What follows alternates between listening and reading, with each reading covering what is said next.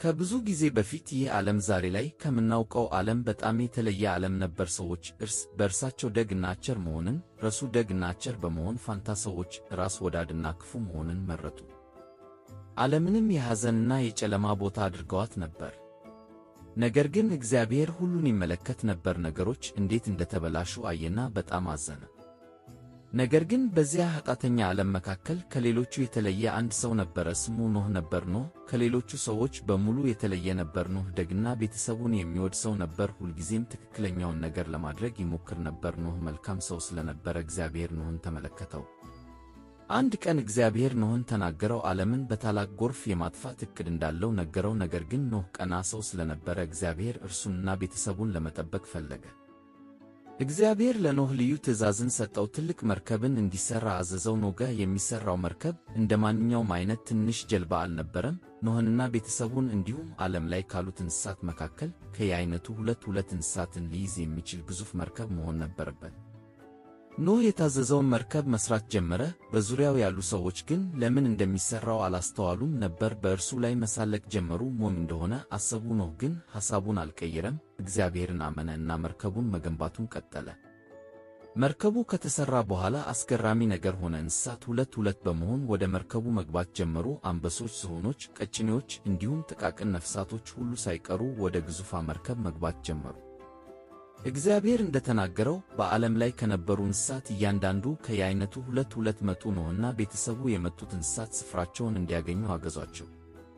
የሚያምር እይታ ነበር። ሁሉም እንስሳት በመርከብ ውስጥ በሰላም ይኖሩ ነበር። ከዚያም ሰማዩ መጥቆር ጀመረ እና የመጀመሪያው የዝናብ ጠብታ ተንጠባጠበ። ከዚያ በፊት ዘንቦ የማያውቅ ዝናብ ዘነበ። ለ40 ቀናትና ለ40 ሌሊት ዝናብ ከሰማይ ያለማቋረጥ ዘነበ። ዝናቡ ያለማቋረጥ በኃይል ከመዝነቡ የተነሳ ከተሞች በሙሉ እና ያሉባቸው ሰዎች በውሃ ስር ተሰወሩ። ሁሉም ነገር ከውሃው በታች ቀረ። ኖህም ቤተሰቡን እና እንስሳቱንም ሁሉ በመርከብ ውስጥ ውሃ አላገኛቸውም ነበር። ዝናቡና አውሎ ነፋሱ ይታወቃቸው ነበረ። ከመርከቡ ውስጥ የሚወጡበትን ቀን በአንድነት አብረው ይጠባበቁ ነበር። በመጨረሻ ዝናቡ ቆመ። ነገር ግን መሬት ገና በውሃ ተሸፍና ነበር። ኖህ ከመርከብ ውስጥ ከመውጣቱ በፊት ውሃው ከመሬት ላይ መቀነሱን እና አለመቀነሱን ለማወቅ ፈለገ። ቁራንም ላከው። እርሱም ወጣ። ውሃው ከምድር ላይ እስኪደርቅ ድረስ ወዲያና ወዲህ ይበር ነበር።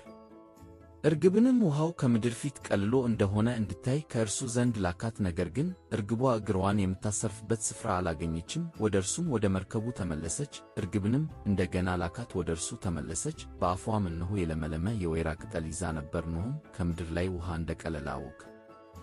ውሃው ሲቀንስ መርከቧ በአንድ ተራራ ራስ ላይ አረፈች። በመጨረሻም መሬት ደረቀች።